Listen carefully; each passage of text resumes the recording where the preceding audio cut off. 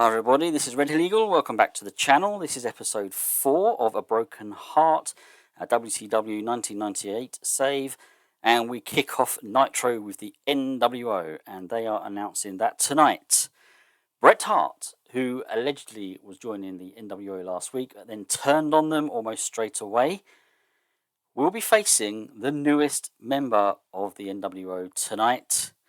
So there is a new member of the NWO, and Bret will face them tonight.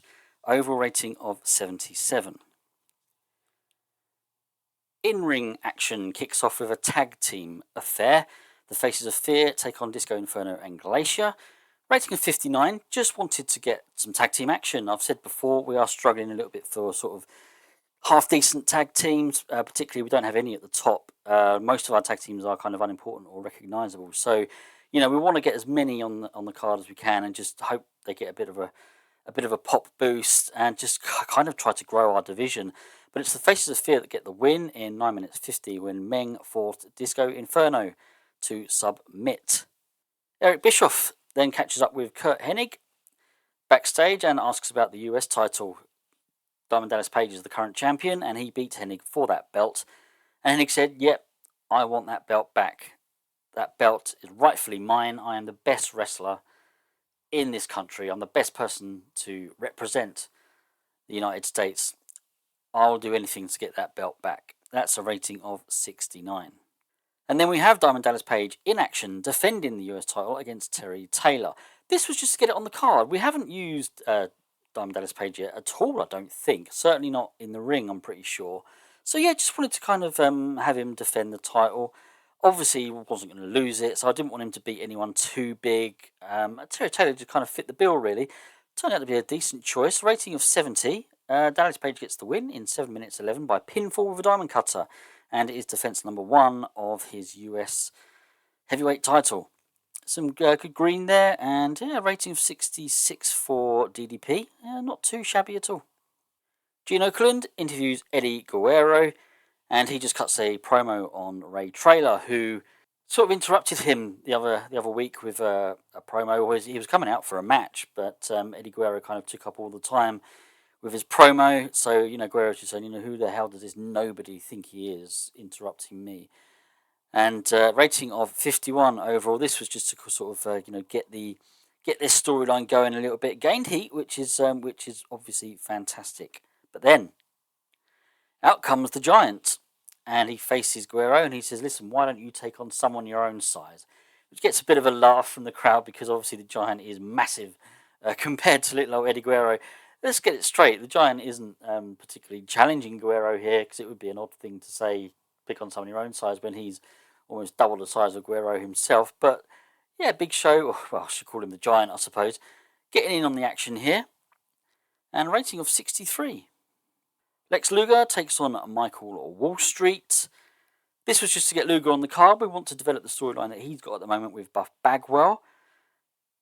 And in a rating of 74, which is much better than I thought it would get, actually. Yeah, it gets a win.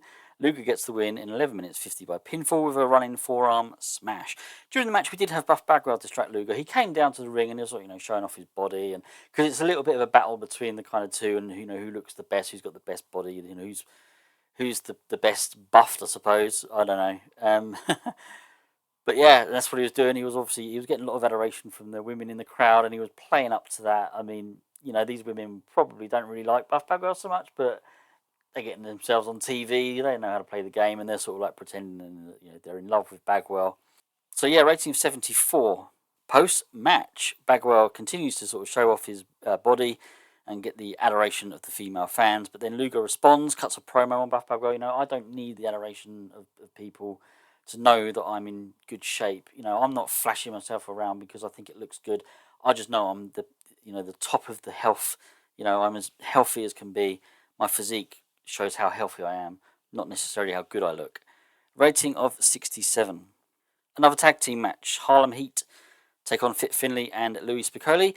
Two jobbers, basically, but again, get a tag team match on the card. Harlem Heat, who we've hardly used, got a little bit of a plan for them, sort of. They're another tag team that I know I want to strengthen our tag team division, but I also want Booker to be going solo. He's the current TV champion, So, you know, you've got to kind of do something with that somewhere along the line. But a rating of 58, Harlem Heat get the win in 7 minutes 19. Booker T pinned Louis Spicolli with a towering Inferno. Spicolli was the weak link. Yeah, what did he get then? 34. Well, I've seen worse. Can't remember if I've seen worse in this particular save, but I have seen worse. Quite a bit of green there as well. And then we've got backstage Hogan and Savage. They argue. Savage obviously now has been fired from the NWO, and they're just a bit of an argument. But then Randy Savage starts asking for Liz. You know, where's Liz? I've got a match coming up. And Hogan just turns around and says, hey, what are you talking about? Liz isn't your manager anymore. Liz is still part of the NWO. Obviously, this infuriates Savage, but he knows better than to do anything. He's got a match coming up. Now, this was an interesting point, this angle, and I will tell you why a little bit later. Rating of 88, and Hogan's got a new catchphrase. That's fantastic. La Parka is the one to take on Savage. Yeah, decent score, 72. I didn't want to give it too much time. Savage is obviously getting older. Parker is unimportant. I do want to push Parker, but it's Savage that gets the win in 9.5 minutes by pinfall, following his famous flying elbow drop. So Savage got a 75. That's really good, and La Parka getting a 45. And then we've got the commentary team announced that we will see Eddie Guerrero against the Giant at Sold Out. A rating of 65. Yeah, we just wanted to play on that. So it's been announced that the WCW match committee have decided to put Guerrero and the Giant in a match together. So there we have it. Goldberg takes on Greg Valentine. We are continuing Goldberg's streak. Rating of 59 here. Yeah, that's all this is really. I think we've had Goldberg on every show so far because we just win after win after win. We really want to get him over. Eventually, he'll start beating a few better people higher up than him. If we can sort of get that to that stage, I'm sure we can eventually. But it was a 6 minutes 44 match, and it was Goldberg getting the win by pinfall with the jackhammer. Yeah, I mean we don't get spectacular scores, but I think as his popularity goes up, you know, hopefully they'll improve. We've then got Hogan, Nash, and Hall. The NWO announced Sid Vicious as the new member of the NWO. Yep, new sign-in Sid Vicious. I think I mentioned it last week that we had signed him. So yes, and he'll be taking on Bret Hart tonight in the main event. Rating of 81, which is obviously fantastic. Hogan working superb without a script. He's got that new catchphrase, of course. I mean, everyone did very well here. So yeah, that's all fantastic. I really don't know how this main event's going to go because Hart and Vicious are both well known. So I mean, we're struggling for stars and major stars. So I'm kind of stuck, and you know, without having the same main events every week, I've got to think of something. So let's see how this goes down. 81. That is very good. I am so pleased with that. Bearing in mind, as I say, both of them are kind of mid-card. I mean, maybe they shouldn't be, certainly Bret, but that's what the game shows them as. So, yeah, very pleased with that. 81 rating. So, good heat, decent wrestling. Bret Hart gets the win in 11 minutes 59 by submission with his famous sharpshooter. They weren't sure whether he'd be able to get his legs over and get that hold on him, but he did. And had a lot of interference. Hogan distracted Bret Hart, and we had Nash and Hall also distract Bret Hart, just to sort of increase that get a boost in that storyline, which worked. Rating of 81. Post match, we've got the NWO or the Outsiders continuing to beat down on Bret after the win, and then Randy Savage and Sting come down and make the save. I had Hogan in this angle, but this is what I'm coming back to from earlier. Savage refused to work an angle or a segment with Hogan because he hates him. So how did it let me do that previous angle? I'm wondering whether did something happen during the show that just made Savage even more angry. I don't get that. In that previous segment, Elizabeth refused to do a segment with Savage because I was actually going to have her in the segment.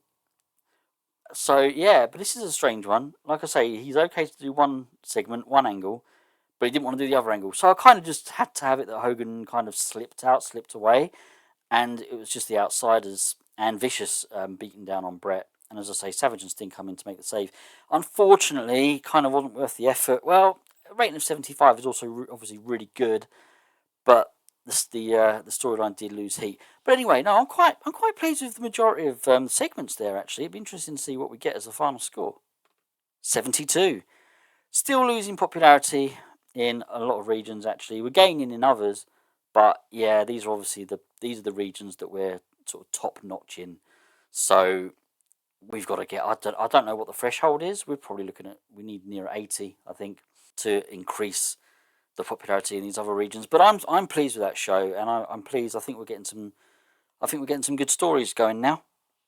The reason I did the Elizabeth and Savage, sort of splitting them up as far as Elizabeth being Savage's manager is concerned, there's two reasons really. I didn't turn Liz face when I turned Savage face. I wouldn't say that's necessarily accidental. It kind of works that she's not been fired from the NWO. But there was another reason as well. Miss Elizabeth and Bret's Hart have begun dating. Wow. So, yeah, I was as shocked as you probably are. We're going to kind of have to put some sort of storyline together, aren't we? Or introduce that into the story somehow. I will, obviously, probably just have it that Liz turns face at some point and starts managing Bret. I don't know yet. I don't know how to go about it either yet. Let me know if you've got any ideas. What else have we got? So, I'll get rid of that now. The viewing figures for Nitro, nearly 3 million. But Gala TV are still unhappy. Yeah, I really do not want to lose. What's the minimum for Gala then? I mean, I know we're losing popularity, but what have we got to get for Gala? Where's our broadcasting? Here we go. Gala. What do Gala want? They want 84 minimum. Who signed this contract? I might have to rethink.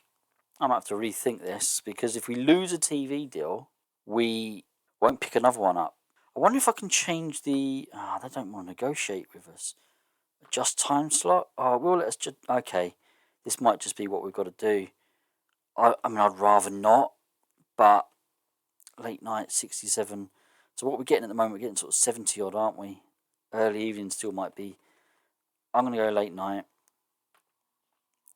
Yeah, so at least that eases the tension. We'll lose a few viewers, but at least it eases the tension, and we shouldn't really be in danger now of losing the slot, because that would have been bad. Interestingly though, what don't they... popularity requirements.